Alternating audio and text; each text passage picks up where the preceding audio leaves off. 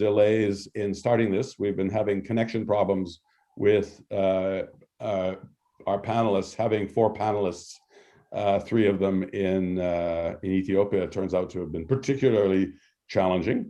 So we're very happy to be able to organize this panel, and we hope it will go well. The subject matter is the balance sheet of the Abiy government in Ethiopia after 3 years. We recognize it may seem disingenuous to look at the 3-year record when the world is focused on the events of the last 6 months. But Ethiopia is such an important part of the overall African landscape. We felt it important to present our members and friends with some of the context. We have endeavored to have a panel that will speak to the facts and not merely to the arguments of whichever side they feel closest to. We are very happy to have Anne Fitzgerald as moderator. She is the director of the Balsillie School of International Affairs at the University of Wilfrid Laurier University. She has a doctorate from Cranfield and has 20 years experience on political science issues in the area of the Horn of Africa. She will introduce the panelists, which may be only a partial list in the very beginning because we have one who's still trying to dial in from Addis Ababa. And she will discuss a series of questions with the panelists, after which we'll endeavor to put participants' questions to them. You should put the questions in writing in the Q&A function, and we will attempt to moderate them as we go forward. So that's the situation. With that, I am very happy to turn the panel over to, or the management over to Anne, and we will attempt to start the actual discussion. Thank you very much. Thanks very much, Bruce. I hope everyone can hear me. It's my pleasure and privilege to be asked by the Canadian International Council today to moderate this panel. Fantastic to have a set of diverse scholars who can speak about different issues from different disciplinary perspectives. I'd like to start by introducing each of our panelists, and I am going to introduce our panelist who's not with us yet, with the hope that he will join at some point. So I'd like to start with welcoming Dr. Haile Kebrat. Dr. Haile has degrees from American University in Cairo and the University of Victoria in British Columbia, Canada, as well as a PhD in economics from the University of Ottawa. He has taught at several African universities and he's done research for several multilateral institutions. He was teaching and working in Addis Ababa until the end of 2019. Dr. Sehin Tefera is co-founder of Setatweet, which is an Ethiopian feminist network which aims to create shift in consciousness on gender equality. She holds a PhD in gender studies from the SOAS, University of London. Sehin previously obtained a sociology undergraduate degree at the University of Laverne campus in Athens and a master's degree in international development with a focus on gender at Clark University. Sehin Tefera is an Ethiopian feminist activist who promotes the idea of Ethiopian identity and sees herself as pan-Ethiopianist. Dr. Ashnaka, actually, I'll start with Dr. Tedros. Dr. Tedros Makonnen is an economist with the International Growth Center, a global network of leading researchers, which aims at promoting sustainable growth in developing countries by providing demand-driven policy advice based on cutting-edge research. He holds a PhD in economic research from the University of Leicester in the UK and has more than 15 years of experience in the Ethiopian economy. In the previous years, he had been working as a junior researcher at the Ethiopian Economic Policy Research Institute. He also worked as a junior researcher at the National Bank of Ethiopia.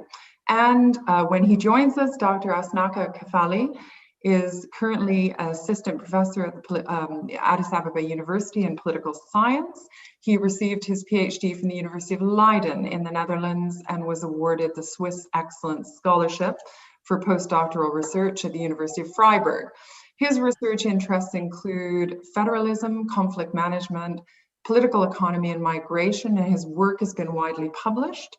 Dr. Asnaka is also a senior adjunct researcher at the Addis Ababa-based policy think tank, the Forum for Social Studies, focusing on the role of ethno-federalist state building for political stability in Ethiopia. So I'm going to start with a general question. They're all very general questions to invite a wide debate and discussion. For those of you who do have questions that you would like to direct to the panelists, please log them into the Q&A function. We will come to that panel at the end, towards the end of the session, and make sure that we've got ample time to address some of the questions. So the first question is to all of you, based on some incoming questions we received on the role of the media, freedom of expression, and I would like to ask all of the panelists their own thoughts on the issue of freedom of expression and the perspectives they have on space for both plural politics and for civil society to operate in Ethiopia. And I'd like to start with Dr. Sahina.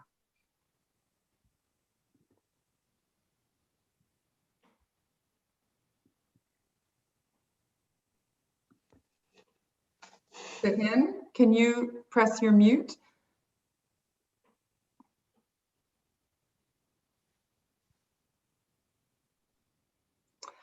I think she, oh yeah, you're not frozen. Can you unmute yourself? Okay. Can you hear me? Oh, great. Okay, go ahead. Yeah.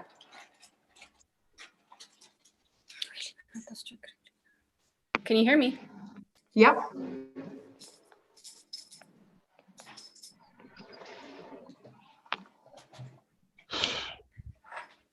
Yeah, perhaps turn your video off, Sahina.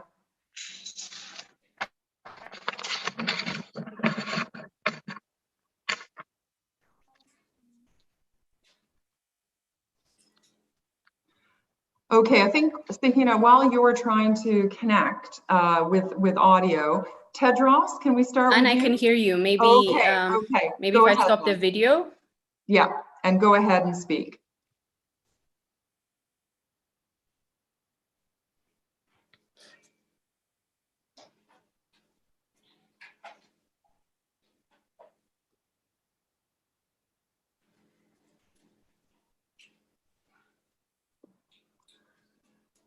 Okay, Sahina, I'm going to ask Tedros to come in whilst we work on your connection, or whilst the CIC team works on your connection, because we're not hearing you. Tedros, can you hear me, Anne? Yes, yes, we can. Can you start speaking and maybe turn off the video?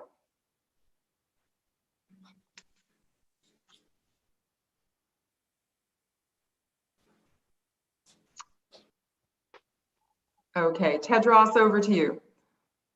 Thank you, Ron. Thank you for CIC and for the invitation.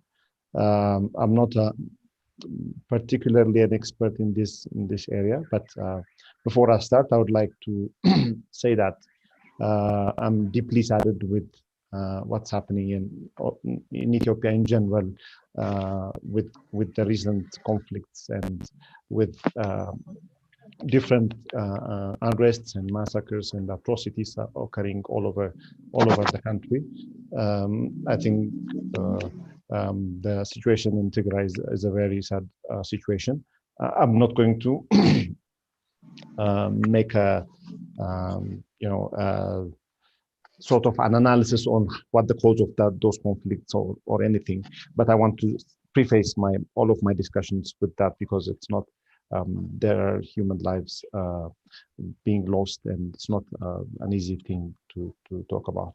But on the question of freedom of expression, as you know, since 2018, a lot of changes have been occurring. Laws have been changing. A lot of people who have been considered to be terrorists have come back to the country and have been able to express themselves. One of the issues I notice is that in the past, the major mediums of expression, like newspapers and other conventional means, have now changed significantly towards the online media and means, which are if the government wanted, are harder to control. So I believe that over the years, freedom of expression has partly voluntarily, partly involuntarily, has grown quite significantly, and this has had positive and negative impacts, of course. But I think fairly there are some mediums that are available for anybody to express their opinions and for people to get their feelings and opinions across. I think given that situation, that has had positive impacts and negative impacts. Voices in certain cases are being heard, which is a good thing. At the same time, these mediums are being used as ways of organizing certain certain activities that are not very good. So I will just stop there. And the past 3 years, I would just say that there is a positive move, but that's not been that's not complete yet. There are certain dynamics in the political scene that's not really reflected in the expression of views, in my opinion. Thanks. Thanks very much, Dr. Tedros. Sahina, are you ready to come back in? You've sent me a note.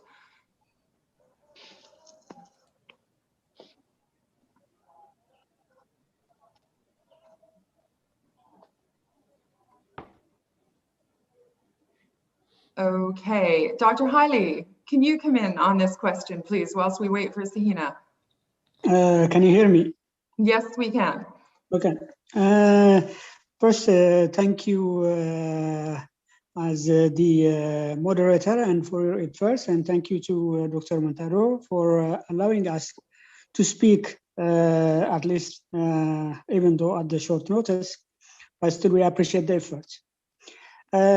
With regard to that very specific question in terms of the freedom of express, I think I have to say the following. It depends on the time frame that we are talking about. I think the first year or so was, I think, there was a lot of improvement in terms of the freedom of expression and so on and so forth. There are still few lights that are on and off, but there are also a lot of killings and so on just because of their freedom of expression. I can name at least a number of journalists that were killed simply because they were simply talking or speaking the truth. So it depends when we are talking about and who he is talking, who the journalist is, and the subject matter they are talking about. I have to admit there were improvements at the beginning, but it's getting worse every time. Just look at what people are really getting as a reward for speaking the truth in Tigray, for instance. So it all depends when you're talking, if you're really hired by FANA or the other government-sponsored organizations, probably you are on the safe side and you can say whatever you want. But when you speak the truth and when you are really exposing the government for what it's doing, then I think the whole picture changes. Especially in the last year or so, I think that things have changed dramatically. And it's only as long as you are really supporting the government or you're saying things that are in tune with the government's line that you are getting this freedom.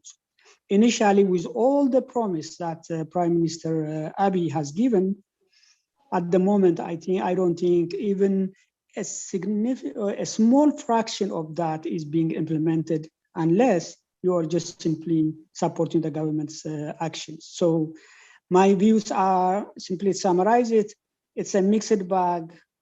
It depends where you're doing it. It depends what you're talking about. As such, freedom of expression as understood to simply report the facts as they are is not being practiced in Ethiopia as initially promised, is my view. Thank you. Thank you very much. And Sahina, are you with us again? Sahina, yes, you are, great. Can you, do you need to be reminded of the question or are you still holding firm? Okay, so just talking about freedom of expression, plurality of voice, what's happened over the last 3 years? Thanks, Anne. I think there's been a lot of improvements in terms of freedom of expression from EPRDF times. I think if anything, I mean, I know we know that there's no journalists in prison at this time. I know there's been a on and off, and I think there's been 2 journalists killed in the context of conflict, and that's obviously unfortunate. But I think a huge improvement over the last few years. I was talking to some people who document this kind of thing. And I think at least in Addis, we know that there's no active torture as there used to be. In Oromia, it's obviously something else. Things are actually probably worse than they were before. And obviously with the active conflict in Tigray, it's very, very difficult. But there's been a definite conscious effort to invest in freedom of expression, and that's something to be noted. It's fragile, but it's something to be there, something to be noted at this time.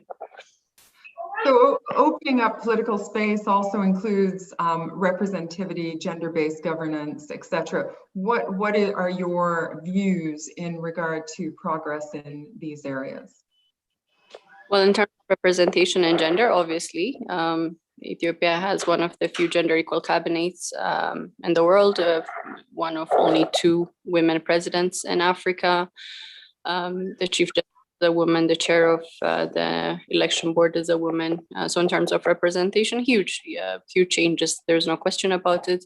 But I think also, to be honest, we've been disappointed in that we haven't moved beyond representational politics. A lot of the narratives that come out of the PM's office are a bit worrying and a bit confusing in terms of gender equality. And we haven't really seen the PM make good on his promises of investing in gender equality. If you look at a lot of the policies that have come in the reform, they've missed really key opportunities to invest in gender equality. 2 in particular I'd like to note is the election and political parties law that passed without any sort of quota for women. So that was incredibly disappointing for women's rights activists. And the second was the national policy on education. And obviously conflict has a huge impact on women, and in that firsthand. And I saw one of the comments on the Q&A. It's a misrepresentation of something I said a while back. Just as soon as the conflict started, I was interviewed on the BBC, and I said, unfortunately, in conflict, that's rape happens. It's kind of the first thing that happens, and really kind of really urging both sides to respect women's rights and to respect the Geneva Convention, and that's really been seen as misrepresenting the facts and seen as a sort of almost acceptance of rape as a weapon of war. We've seen it everywhere, and it's been incredibly disappointing. And again, only not in Tigray. People seem to forget that Tigray is not the only conflict, but we've really backtracked on a lot of gender gains actually in the past 3 years, and it's disappointing. Thank you very much. Dr. Haile, any points from you on gender representation, not just gender, other groups who were perhaps voiceless previously, or other groups who were potentially marginalized? Yeah, thank you very much.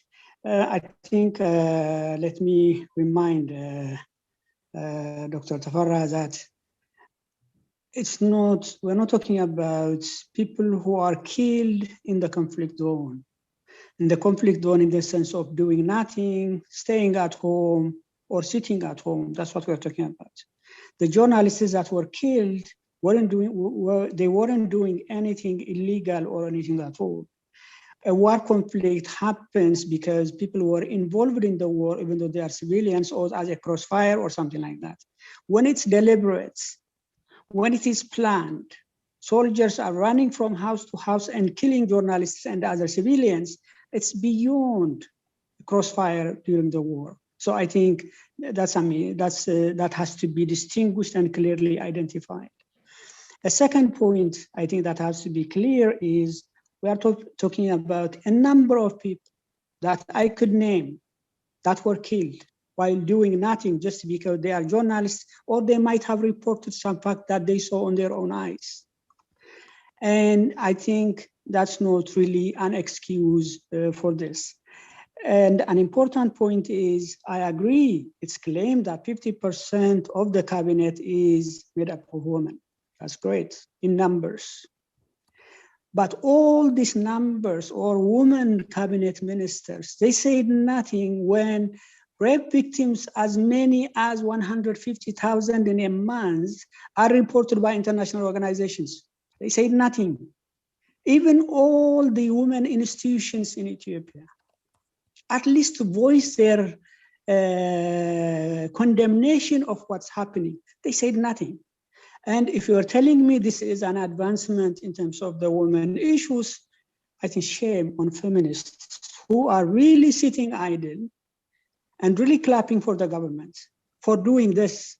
People are killed, raped, just because of their gender and so on and so forth, and suffering every day in numbers. This is not my report.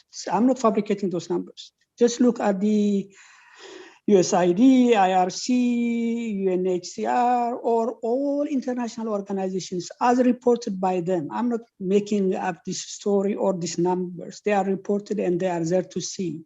And what did the Ethiopian women say about this? Just silent. And they are clapping for the government for doing this. That is not a gender movement as I understand it. And any woman in the world would be laughing if those women are simply sitting idle and clapping for Mr. Abiy and doing nothing, but this is going on in Tigray and in other parts of Ethiopia. I think that's a shame. That's really sad. Thanks very much. Dr. Haile, I think we've got a few other questions to go for. This is an incredibly important topic, and we can come back to it, especially when Dr. Tafara comes back online again.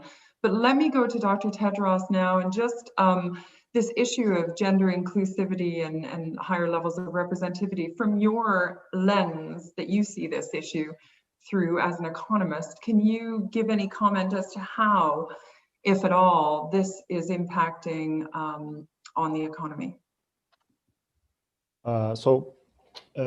Thank you, and that's exactly what I was going to talk about with the economic aspect of it. So there are structural imbalances with regards to men and women economically. So that's established. So having representation at the political level is one start, and there is evidence, empirical evidence that show that when managers are women, when leaders are women, it fares very well for for adjustments of systems to help women. But the situation of women in general is very dire. It's not as we discuss in the modern days of what's going on with feminism or anything. But if you look at the education sector, more girls drop out of school compared to boys, and this is a long-term structural disadvantage that would present women with very big hardships. They still bear much of the burden at the household level, so it's very difficult for families to send their girls to school. And these are classic issues, but still very prevalent.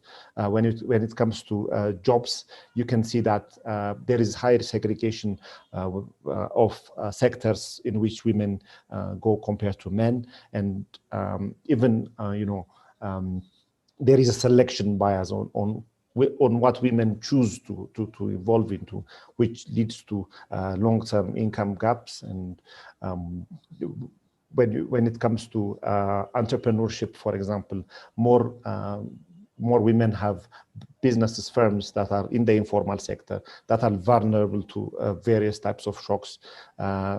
Even when it comes to negotiating different types of issues, when it comes to accessing credit and others, women-owned businesses are disadvantaged. All of these are established and still persist. And I can't say that over the past 3 years significant changes have occurred to kind of substantively change these dynamics.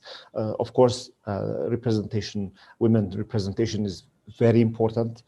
It's going to lead in many cases to better welfare, but still we are grappling with basic imbalances when it comes to the economic impact of gender balancing. So I just want to comment on that.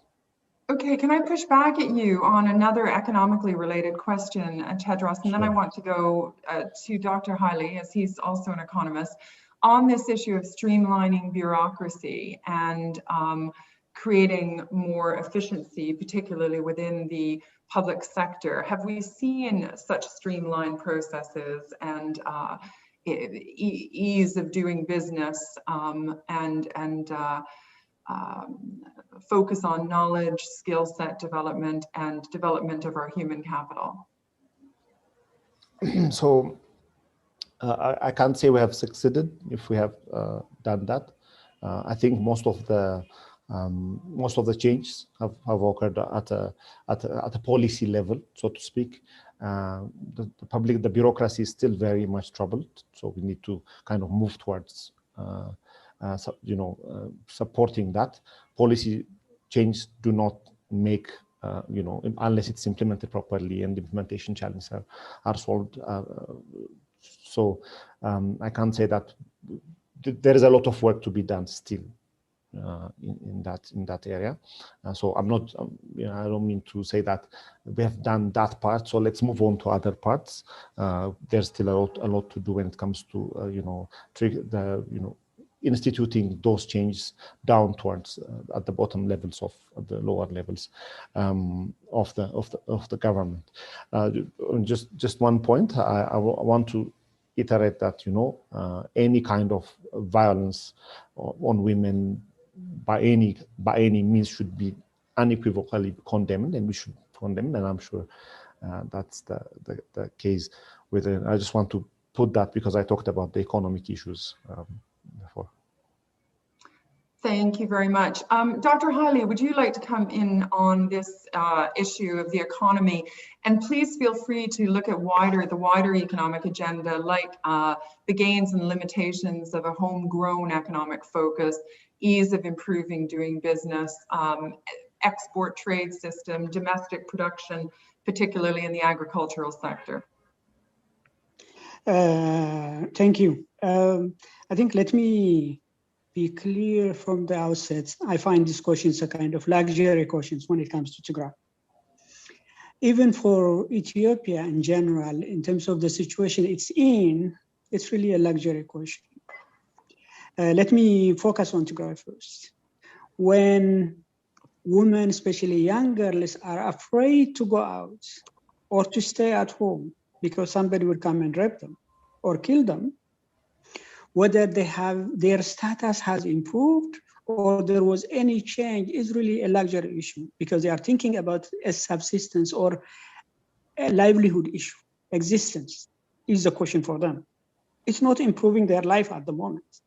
It is, when will be the day when I don't have to sleep at night or stay outside and not be afraid of being raped or killed? This is the central issue that every woman in Tigray would be asking, not whether my status has improved or there was a promotion or my lifestyle would change. Those are luxury issues in Tigray. Even in Ethiopia, I don't know of any economy that could really make an improvement when such a destruction or displacement is taking place every part of the country. Look in Benishangul, look in Oromia, look in Tigray, look in other parts of Ethiopia. How do you improve an economy's performance when these displacements and this violence is taking place in a country? And therefore, to even ask the question, would there be any improvement? No, there is no improvement in Ethiopia at the moment. I don't have to go there. I can read the IMFs and so on, and then I could do some extrapolation and reach this conclusion. I don't have to be an expert in economics to know this. People has to be at peace. People has to be working, especially in Tigray. What's happening now is in the line of the ethnic cleansing. Farmers are not allowed to farm their land.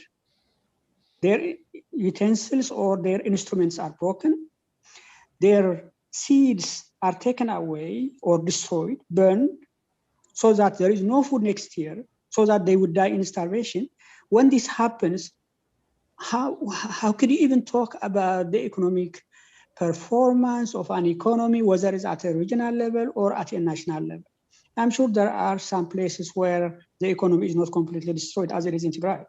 There are, or there might be, but that's going to be a small or a fraction of the total, whatever happens. And therefore, it's no surprise that Ethiopian economy is expected to grow by only 0% in 2021-22, according to IMF, not my report. Okay. This is the IMF. Thank you very much. Sihina, I'd like to bring Sihina in here now. Sihina, any views on the economic agenda? Well, I think obviously conflict has a huge impact, but of course, Tigray is not the only region in Ethiopia where there's active conflict. We've had displacement since before the conflict in Tigray. In Benishangul, we have the second highest number of displaced populations. Is I think the data that we have. And I think a huge factor in this, and Dr. Tedros will know so much more about this than me, is the devaluation, the continuous devaluation, and the currency being in crisis. So even beyond the active conflict, and that's obviously a gendered issue. Women are actively at the forefront of providing food for their families, and they're highly impacted by the current inflation. I haven't seen any gender data around this because we don't really have a feminist gender economics analysis going on, but maybe Dr. Tedros can talk a little bit about this. And something I'd like to mention is the corona crisis that's affected everyone in the world, obviously, and that's had a huge impact in informal workers, people who basically make their living day to day. Although we haven't had a formal lockdown in Ethiopia, still hugely impacted the way women produce and provide food to their families. Schools were out for over 6 months, which meant urban school feeding programs were discontinued, putting a huge strain on women, on women's access to food for their families. Access to water has been heavily impacted, access to healthcare. We have a huge rise now in women giving birth at health centers, giving birth at home, I mean, backtracking some of the gains we've made in terms of maternal health policy. So it's really great when we're able to expand this conversation beyond the current conflicts. Thanks, Anne. Thanks very much. Tedros, can I turn to the environmental agenda? There were some questions that came in about earlier about the infrastructural projects going on in Ethiopia. Some of those have to do with the drive towards the environment, and of course in Africa there's a real chase by larger powers in the world towards accessing clean tech metals, etc. And the African countries themselves have to posture around this pursuit. So any comments from you on that infrastructural focus, eco projects, anything related to that development? Yeah, I think there is a balancing act to do here. Again, let's establish that first of all, in times of a very difficult political situation, conflicts, it's very difficult to talk about some of these issues that have longer term economic impact, and it's very difficult to focus on that. But just to answer your questions, the government has expressed its intention to be eco-friendly, but as a developing economy with a relatively clean form of energy being used, at least in the modern side of the economy. Of course, we have a lot of people who don't have access to electricity, clean form of energy, and the infrastructure building comes with that to make sure that people have access to such clean energy. There is an explicit expression of intention to do by the government. but it is sort of a balancing act. We cannot start from the level of where the developed countries are and say we're going to forego a lot of value for our people when people are starving, when people don't have food, and focus make our focus entirely if it comes at the cost of growth, development, and other issues. So there is a balance to strike, in my view, and some of these projects reflect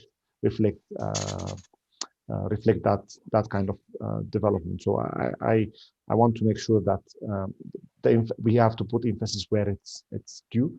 We need to make sure that we are not completely adopting whatever priorities are among the developed countries, and make sure that where we can, and when it does not come at a huge cost to growth and development, we need to definitely have the commitment to engage in clean energy, but at the same time make sure that the cost of doing so does not come at a big price.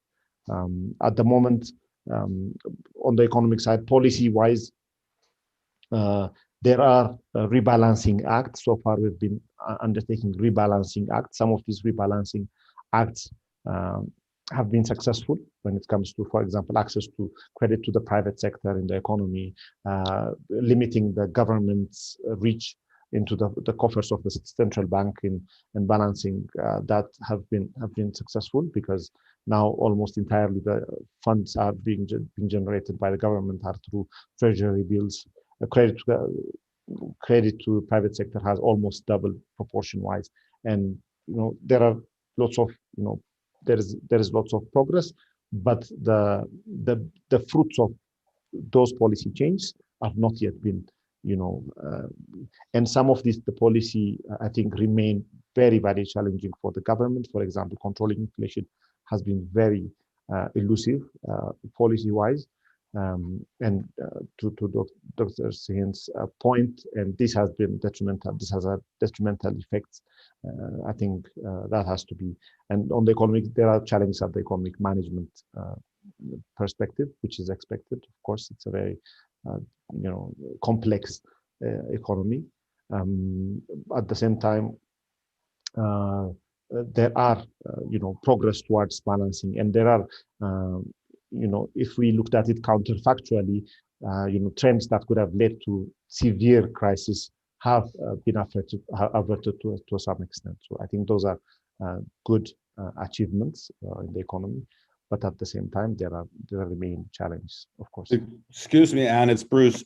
I think that Asnaki has joined the meeting, but he may be listed. You may be seeing him under my name, because otherwise Sahina was under your name. I'm just going to try and rename it and ask him to unmute, and you can clarify if that is indeed him, with apologies for having not noted it earlier.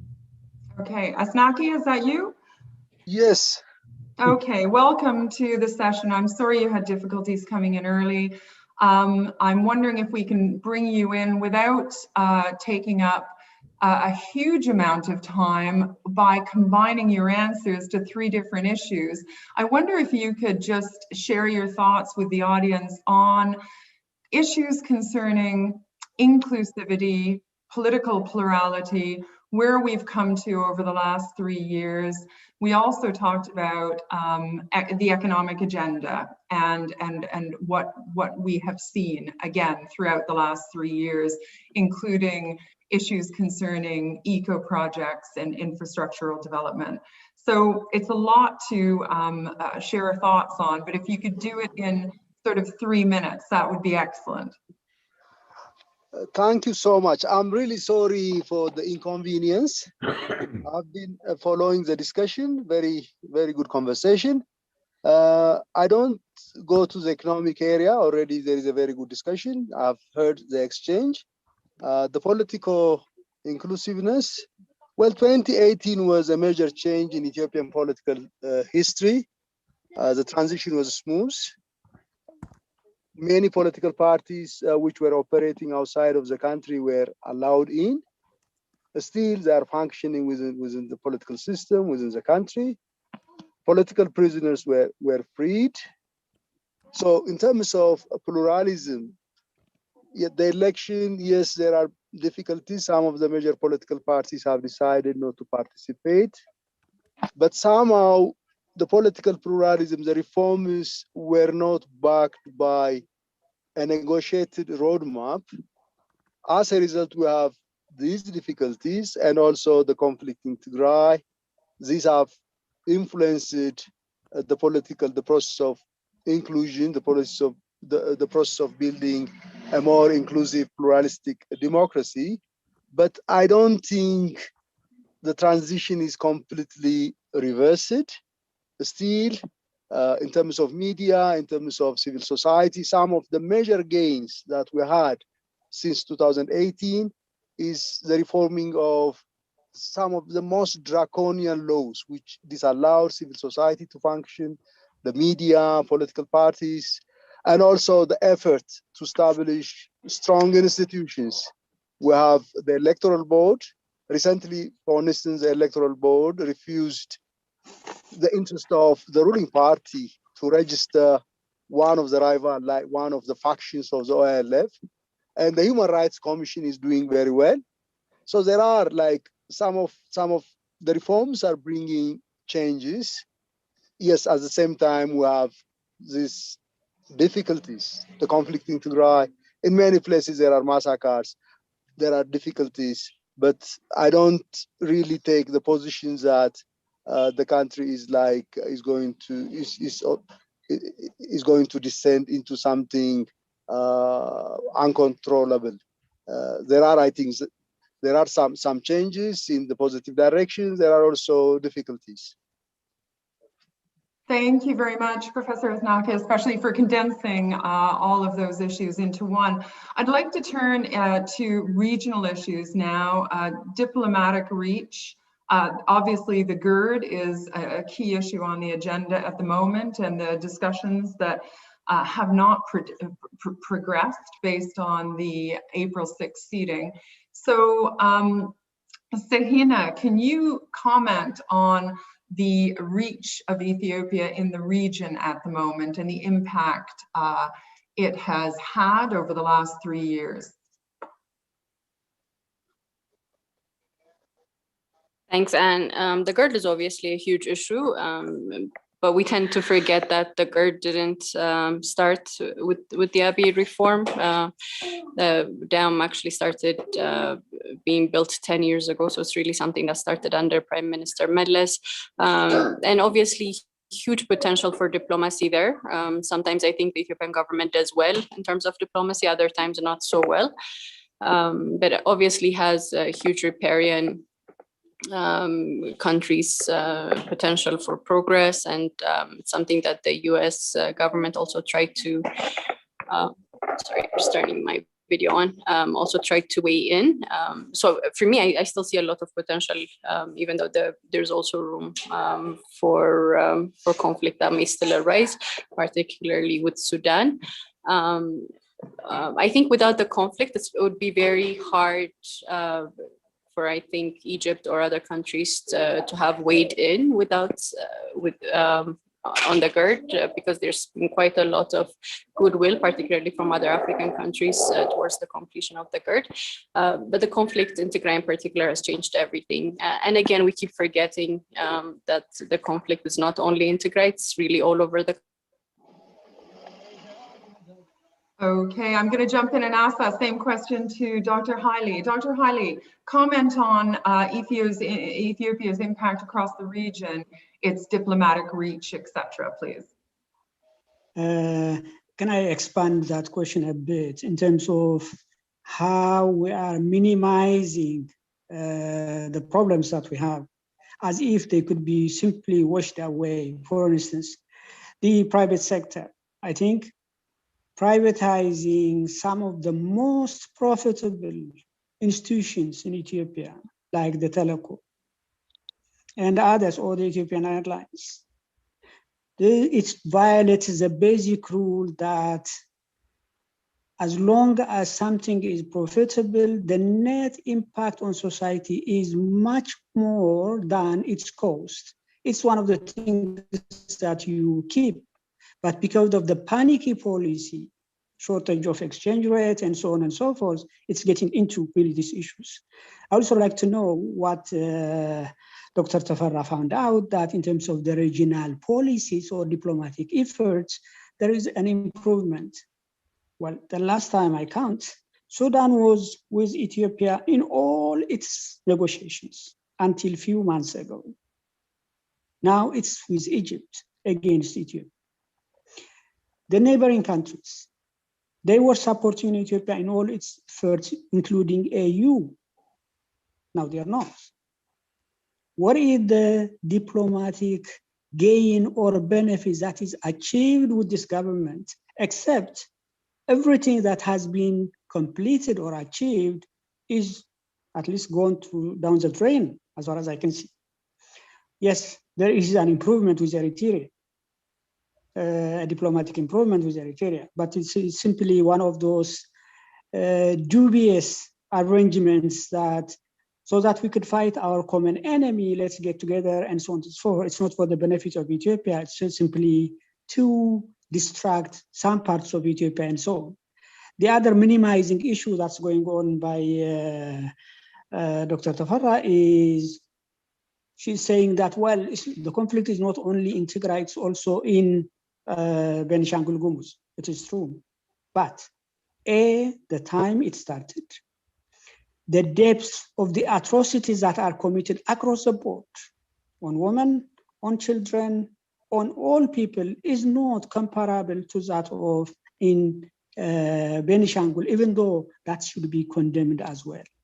So I think it's a way of minimizing or justifying what's being done and trying to say that, oh, well, it happens in conflict zones. This happens all the time.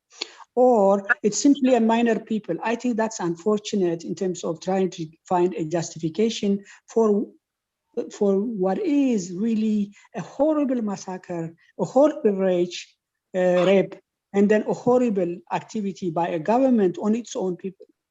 As far as I know, I don't know any government who invites another country to fight, to kill, massacre its own people. I don't know. Maybe the political scientists would know. I don't consider myself historian, but let's turn that question over to the political scientist on the panel then, Asnaka. Could you talk about the broader issue, please? Well, I like to start with the question on GERD. Well, geopolitics is very fluid. It's not permanent. All Ethiopian governments since Haile Selassie's time have a firm position, including the EPRDF, and now that of Abiy. Ethiopia has a right to use the waters of Nile, as well as the rights of the other countries should be respected.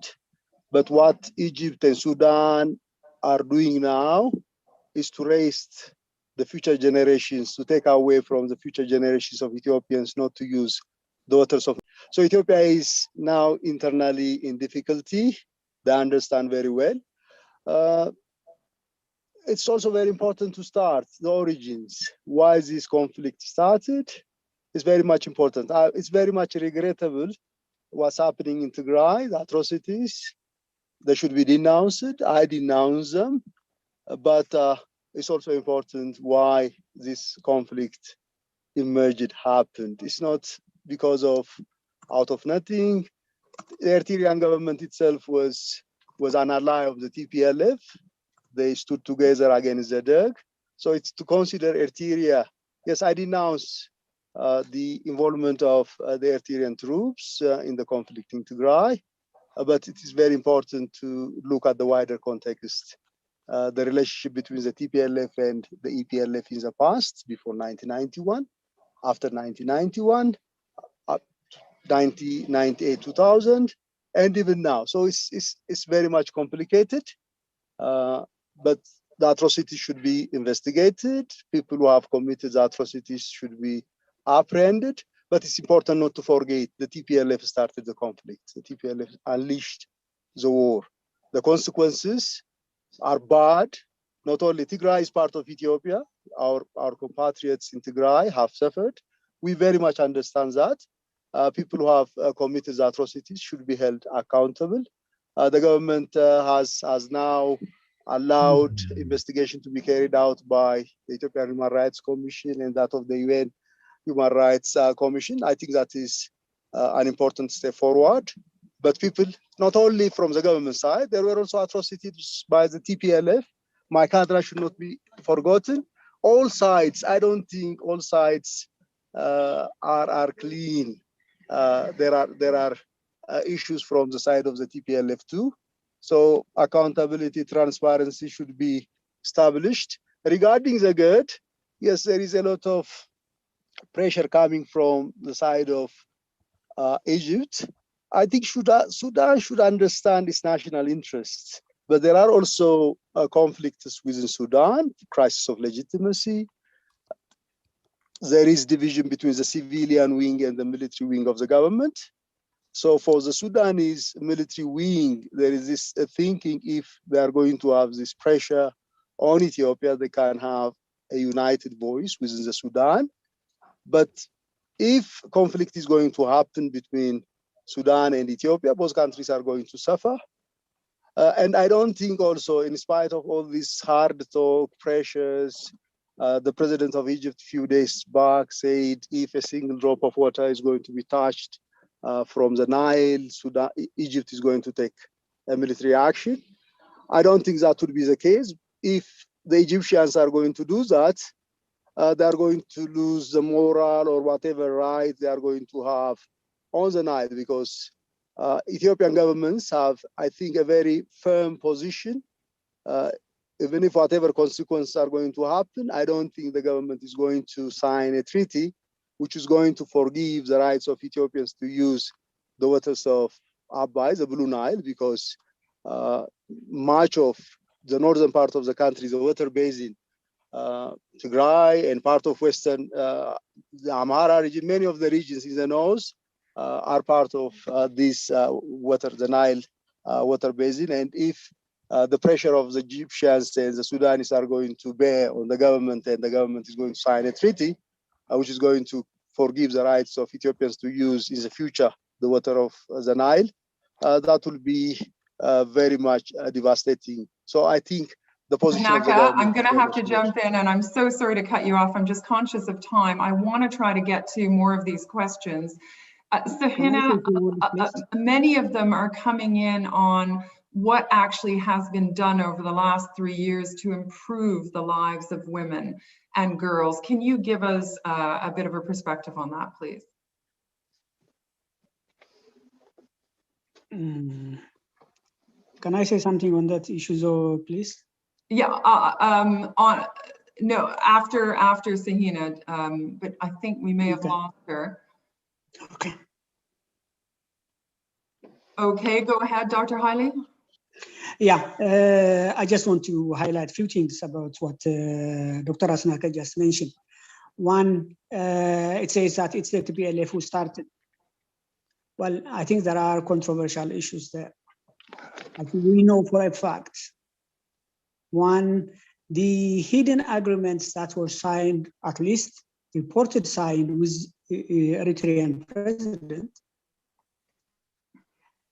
cutting off federal funds, including what is given as donations to Ethiopia, and what Ato Abere, which is an official, a high official in Amhara, saying that we were prepared and ready to start the war before the 3rd of November. This is an official TV declaration that he made.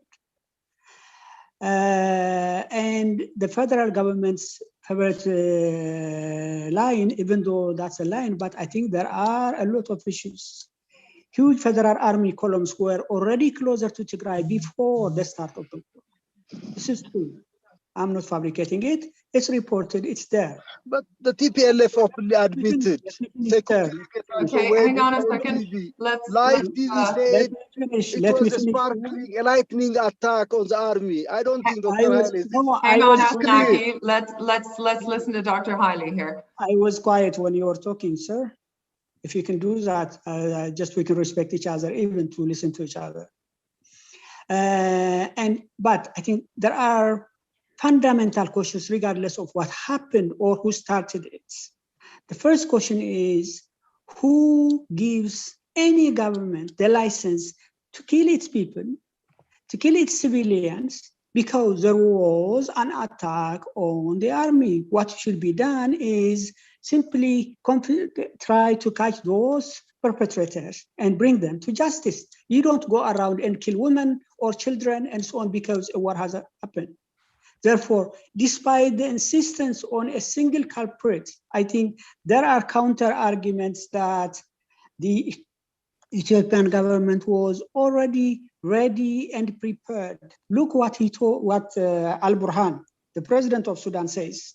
Before the war started, he said that he was told, since a war with Denmark is going to be started soon, you have to block the border that is crossing to Sudan. This is what he says. I'm not fabricating it. It's Al-Burhan, the president of the Sudan, who is saying this. Now, what any reasonable person should say is, who started it should be examined. What were all the preparations by the Ethiopian government? What were all the economic blockades that were given on before that? What were the federal funds were blocked? The routes or the transportation was closed. Even students didn't get masks for COVID-19 protection in Tigray. Locust spreading airplanes were blocked from going to the Tigray region because the people were at least deemed to die of starvation. All this happened before the start of the war. Now, nobody can tell me that any human being who's doing all this preparation doesn't have any intention of attacking or something like that. Actually, it's declared by Isaias himself about 3 days earlier. And it was also repeatedly said, women and children will be crying. That's what the words of Prime Minister Abiy's words, I'm quoting him. So inside of all this, any reasonable person should say, wait a second, what this a smoke screen, but the attempt to attack was already made. The decision was already made. It's a question of matter of when. And or was it because of the so-called attack on the Northern Command that the war started? At least any reasonable person would say this has to be examined, this has to be investigated. What was the agreement between President Isaias and Abiy Ahmed with regard to Tigray? Were they bluffing or telling the truth in terms of that they would declare war soon? Okay. I think this is the Thanks most so much, ask. Dr. Haile, and I'm so sorry. There are tons of questions in the chat, and I'm just trying to get to some of them. Tedros, Sahina, can I get your comments, especially from a civil society perspective, in answer to a number of the questions concerning... sorry. Yeah? I want to reply very, very shortly to Dr. Haile. I'm going to give you the last word in a moment, okay? So we're going to come back to some final comments towards the end of the panel, but I just want to shift a little bit to some of these questions regarding the transition. Like, so rewind back to 2015, 16, 17, 18. The questions say, what triggered this transition by popular appraisal? For the reform to succeed, have the precursors to that transition been sufficiently addressed? So Tedros, over to you first, please. Yeah, thank you, Juan. Since 2015, and I remember because I participated in a study on, on possible conflicts in Ethiopia back in 2015, and I remember that there were, indications, and there were studies that were indicating that Ethiopia is headed towards a very serious, conflict down the line, and government has lost legitimacy, and economy, the macroeconomy has been very, very struggling and going down very, very fast. And I think at that time, hindsight, there was very, very stressed situations, and people were expecting that very, very bad things were going to happen. I'm not saying that bad things are not happening now. I'm just saying that, counterfactually, it was a very unexpected type of transition for that time. People did not expect that it would be this smooth. The transition would have been at that time that smooth. And I think there was a rush to try and use this optimistic period to try and, cram in as much policy change that would last as possible, thus indicating many people flocking and trying to bring about a lot of change. Again, it's a very, very complex country. A lot of these things have to be take time to implement. Positive initiatives have been started on the media law, on the on the terrorism law, on the economic sphere. We see a lot of change when it comes to the dominance of the government on the economy, and all of those things are positive changes. However, I think in my view, the dynamics of the political situation kind of tends to move very quickly, very fast. Still, we don't have political settlement. We have nation building, assignments that we need to take care of, and some of these questions that have not been answered tend to derail a lot of these problems. So, political. I mean, Dr. Haile was mentioning what was happening before the start of the conflict, and looking at the dynamics on the Eritrean side, on the TPLF side, on the Oromia regions. All of these did not really come to, and I think some of these bad dynamics tend to got ahead of the transition that was occurring, and I think that's a part of the explanation for the way things turned up at the end of the day. And I think we need to have a nuanced and very, very careful analysis on the assertions that we make on some of the things, because I for one, I'm not an expert, and it takes a lot of investigation to try and find out some of the facts behind some of the events. I think safely say on the economy side, some of the change I can confidently say. Okay, thanks very much, Dr. Tedros. Sahina, do you want to come in and address this point?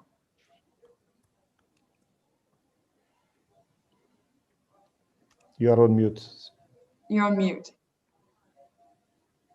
Oh, sorry. Thanks, Anne, for trying to take us back to the context of the last 3 years. I think we can all agree that the war didn't start the day that TPLF took the first shot. Obviously, there's a lot of conflict analysis that needs to go before that. But it's really important. Again, I keep saying this to understand that there are things happening beyond that, and this is not to be insensitive towards the conflict in Tigray. I've personally lost family there, so it's not.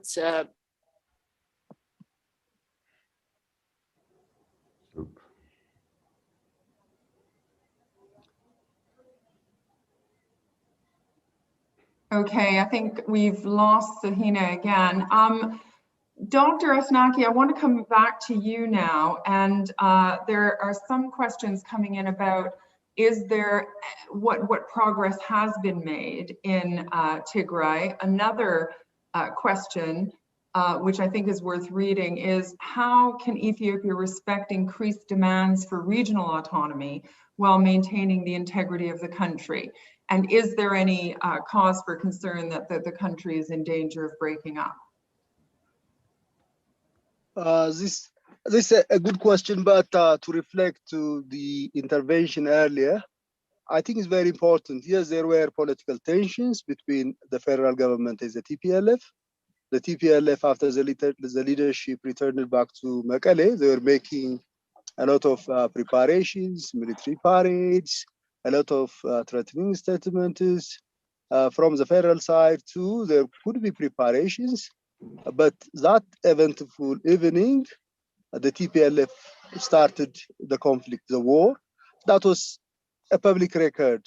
Secretary Getachew, one of the propaganda guys, the information guys from the TPLF side, came on TV and said it was a lightning attack on the army. I think this is very important to not to forget, because the whole narrative, international media and people who support the cause of the TPLF try to overlook this aspect of the conflict, because that's very important, because from the narrative side, this has to be understood. But accepting this recognizing who started the conflict does not really take one to agree with atrocities. I don't agree with atrocities.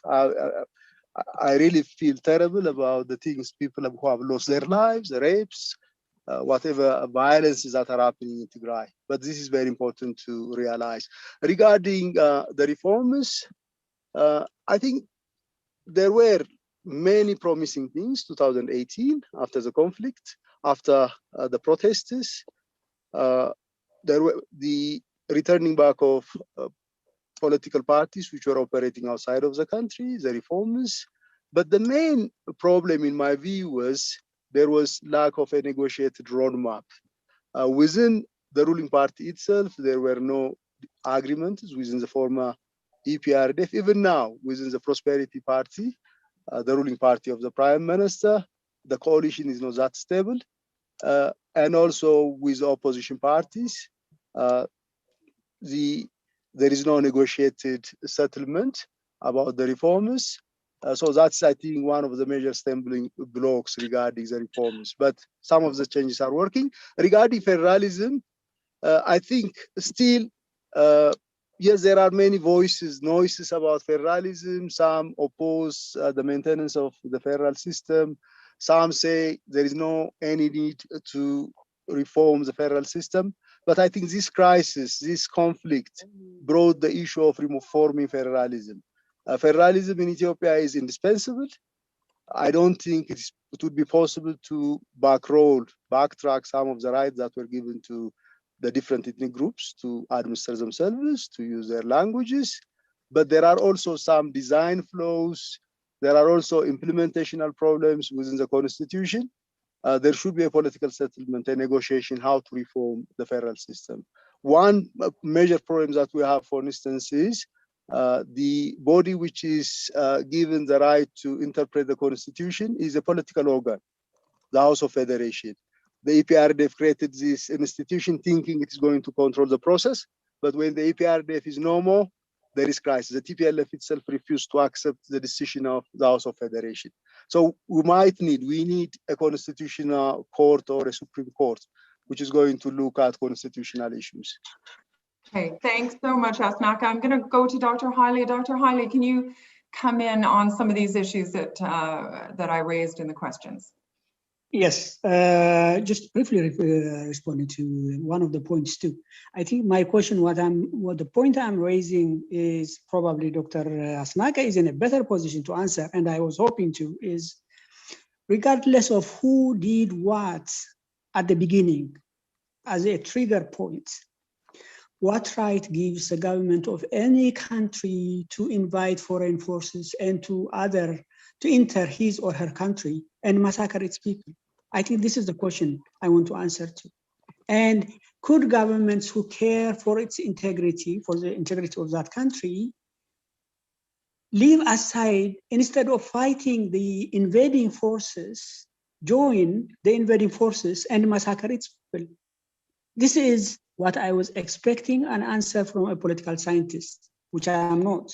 But what he's telling me is, well, this say that we did this or we did that, but they also has a counter argument saying that we did this because it was completed, that the attack was coming. Commandos were sent before that to capture the leaders of a country, which is constitutionally wrong. And all these things happened in terms of suppressing Tigray's position. That's why they concluded the war is going to happen. It's inevitable because they found out the facts and because of that's how we reacted. Now, what do you do as any reasonable person? Please investigate the sequence of those events and come up with a solution instead of condemning one or the other. This is a reasonable stand one has to get, instead of jumping in the bandwagon because Prime Minister Abiy says so. I think that's the sad part. With regard to the, I think I may have forgotten the last question that you said. I can comment on it. What was it that said? You can remind me. Whether they're the regional, is there any scope of Ethiopia breaking apart? Federalism. Well, I could be biased, but in my opinion, I have always said, and I have always on TV previously when I was in Addis, probably for a multi-national society, for a diverse society, federalism is the best way out. No structure of government is perfect. All have their own defects. But for a diversified society, the federalism probably accommodates most of the potential conflicts that could arise. The problem in Ethiopia was the implementation was slow and it wasn't implemented as perfectly as it should be. And before that, those conflicts started to arise and governments came with a very low understanding and handling of the issue, and it came out of control. It became out of control. But otherwise, the federal structure, in my view, is probably the closest structure that Ethiopia and other diverse societies need, because it keeps their rights intact and while keeping them together. Now, with this, I think probably you are alluding to with your question that has it affected the integrity of Ethiopia as it stands? I'm afraid I would say yes. It remains to be seen, and one should be hopeful that it doesn't come to that. But imagine yourself if girls are really raped in front of their father or by their brother, and you already introduced a blood stains with people whom you lived for centuries, between neighbors like the Tigrayans and the Amharas. How do you imagine after these atrocities for such a relationship to prevail? I don't know. I remain hopeful, but it really requires really a very different person or different human feeling for it to recognize. Therefore, it is a problem. Whether it would lead to some fracturing or it could be amended, I can't tell, but I wish that problem is solved instead of with the fear that I have. So this is the only thing I can say. Thank you so much, Dr. Haile. Sahina, over to you. I think you're back on with us. Do you want to pick up where you left off? Yeah, and take yourself off mute. Sorry, respond. I'll just start from what Dr. Haile said. I think we're all on the same page, that there's no justification for the atrocities committed by the NDF, Amara, Fano forces, and Eritrean forces. So nobody's really arguing about that. But what we're not acknowledging is that TPLF is still fighting. And it's really disingenuous to pretend that TPLF has been defeated and that the NDF is fighting in a vacuum. I'll give you an example of a community that my mother is from in the north, in Aggo. There was an attack by TPLF forces 2 weeks ago where 17 men were rounded up and killed extrajudicially.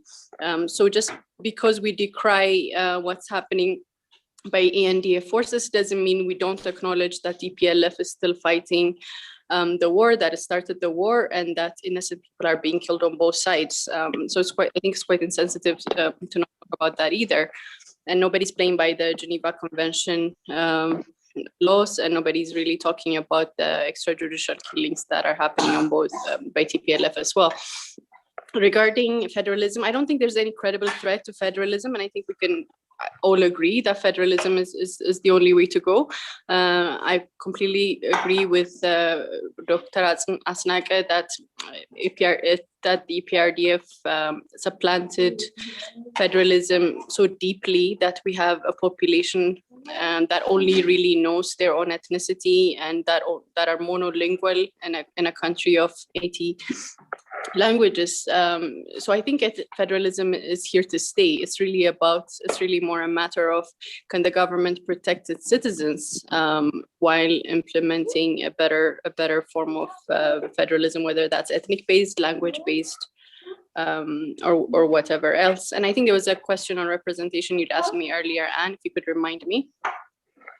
Well, don't worry. I think you've given a really comprehensive overview of some of those issues, Sahina. And I think if participants don't mind going a few minutes earlier, I think it's only correct of me to recognize that there are a lot of questions in the chat focused on the elections going forward. And of course, this is a big issue coming up, a big milestone for the country. So without trying to clarify the detail of all of these questions, I would just put it to each of you to give some thoughts and comments on the prospect of peaceful, free and fair elections coming up. So Tedros, I'll put that to you first. Thank you, Anne. I think it would be fair to say that there are a number of political players that are not going to participate. So it's not going to be fully representing the views of all people. I believe in conducting the exercise because I don't think there are perfect elections anywhere in the world.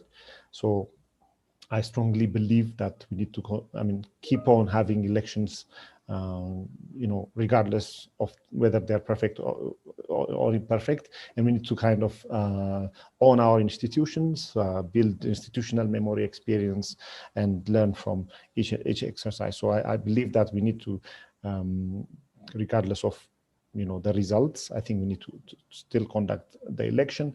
Of course, there is worry by a lot of international people who have asked me personally whether this would have consequences or whether there will be stability before or after. I think the forces that are unstable, I don't think would change necessarily because of the election. That they would exist if there were threats. They would continue to exist and to impose. And I think that's the fundamental, the underlying fact. It's not just about conducting the elections, but addressing all of the voices within the society, and then eventually that would bring about the required peace that would be essential for any kind of growth, development, or anything that we could imagine. So keep it short. Thank you very much. Dr. Haile, any comments on the forthcoming elections? Over to you. Yes, after just making one small point, which is what Dr. Tafarra just said, I hope she has seen war prisoners being sent back to the proper Ethiopia or the central Ethiopia after were captured in the war front. So many thousands of them lined up.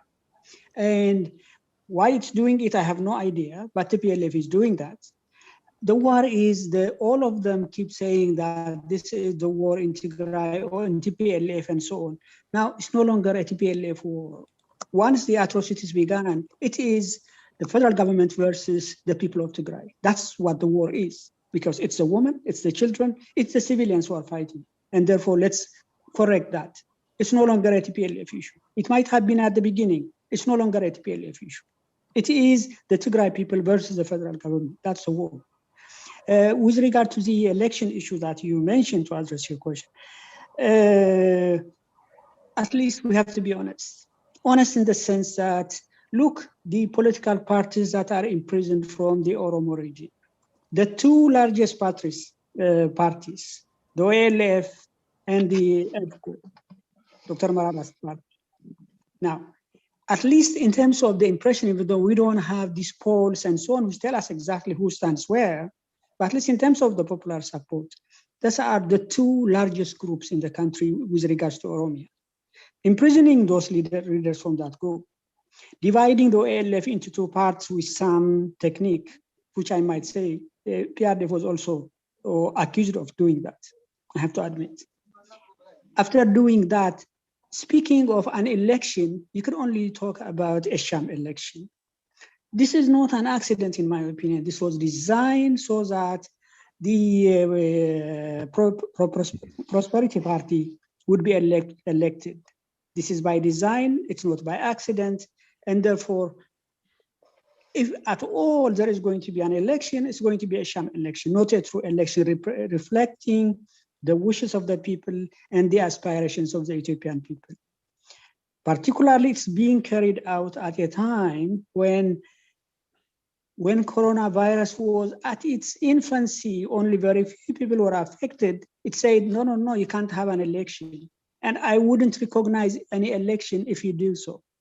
Now, the last report I heard is, especially in places like Awasa and so on, the number of people infected by the virus is really huge. It's increasing astronomically. And now you're doing it. Now, why are you doing it? Because the government felt that this is the appropriate time to say, I won, and then stay for another 5 years. Therefore, in all its content, structure, choice of days, it's really a sham election, in my opinion. It's not going to make any difference whatsoever. Thank you very much. Sahina, over to you. Just talks on looking forward.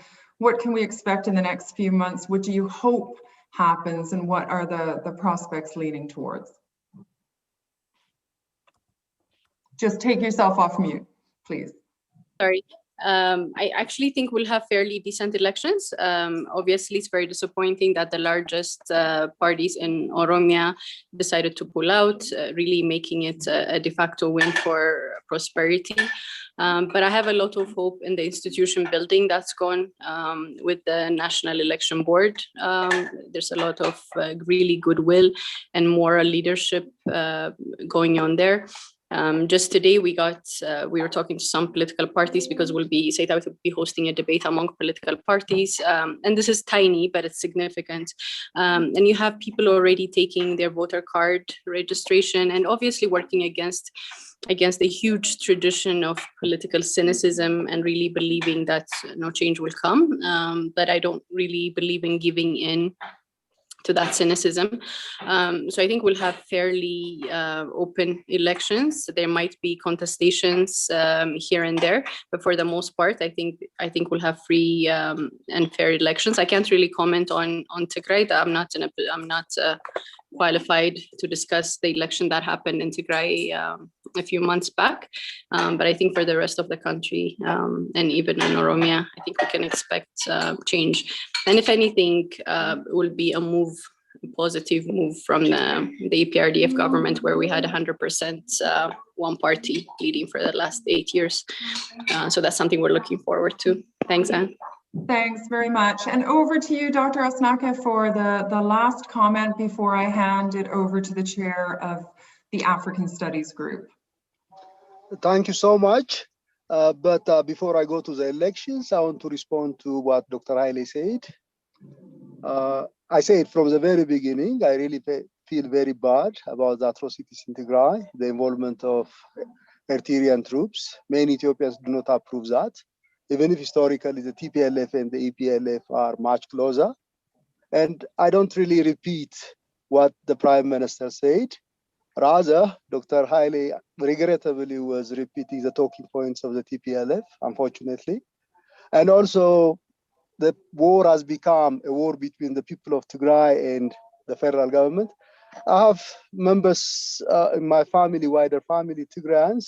I don't think it's like the whole Tigrayan people against the federal government. Even if there are atrocities, we are in a very difficult position. I hope we are going to come over.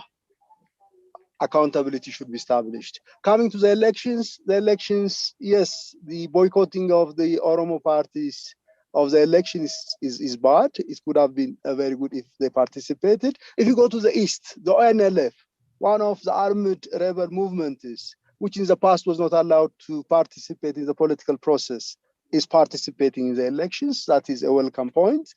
And also, yes, Oromia is difficult, but the other political parties are participating in the elections. We need to realize that one elections does not really bring democratization. Democratization is a process. The electoral board is trying its best, even if there were like interests from the ruling party to recognize one of the factions of the OLF to participate in the elections. The electoral board said, no, that's a good, I think, step. Institutional building, contestation, democratic contestation. I think this election is going, yes, it is going to have shortcomings. It's not going to be a perfect elections, but one step forward toward this in the path of democratizing this country. Thank you. Thanks very much. And with that, I'll pass things over to the chair of the event, Bruce Montador. Okay. I should be on. You are. Okay. Yes. Okay. Thank you very much, Anne. Thank you for the panelists. Thank you for everybody participating. I have to say that I think, unfortunately, the results, people did say that we were overly optimistic. We had, as I said at the beginning, we were hoping to have a discussion on the broader 3 years, and in order precisely not to try and have a discussion on the fighting that's taken place over the last 6 months, not because it's not important, not because there aren't very many issues, but precisely because there are so many issues and contradictions, including several that I saw just among the very last questions. There were questions from each side trying to show that one, that the Tigray had started the war, and the other that the government had a long-standing plan. It's very difficult to try and have a débat contradictoire with the number of issues that are floating around, and I think we unfortunately were not able to have a broader discussion over the 3-year, and it may be too early to do the 3-year balance sheet. Perhaps that was a mistake to start with, but I think we have had a lot of comments, and I think I've seen also messages saying that the discussion is biased towards Tigray or towards the central government. So I think we achieved sort of our non-partisan objective. The webinar will be posted to our YouTube channel, and I will endeavor to either attach to it or post on our website, which should be coming back online fairly soon. I mean, really, I've been saying that for a couple of issues, but that is actually very close. I would put the questions as a sort of a series of comments on the event. So they'd have to be read in conjunction with the webinar, but with the video, but just so we're not trying to censor anything, but clearly the feelings that were generated and the consequences for all the parts of Ethiopia are very strongly held, and it's very difficult to try and find a common ground or to have a balanced discussion. I've just got the CIC's just told me that it will be on the video will be up momentarily, so that we'll be able to send that. I'll send that around to all the people that I have the addresses for, both the ASG people and the ASG members and the people who've registered for this webinar.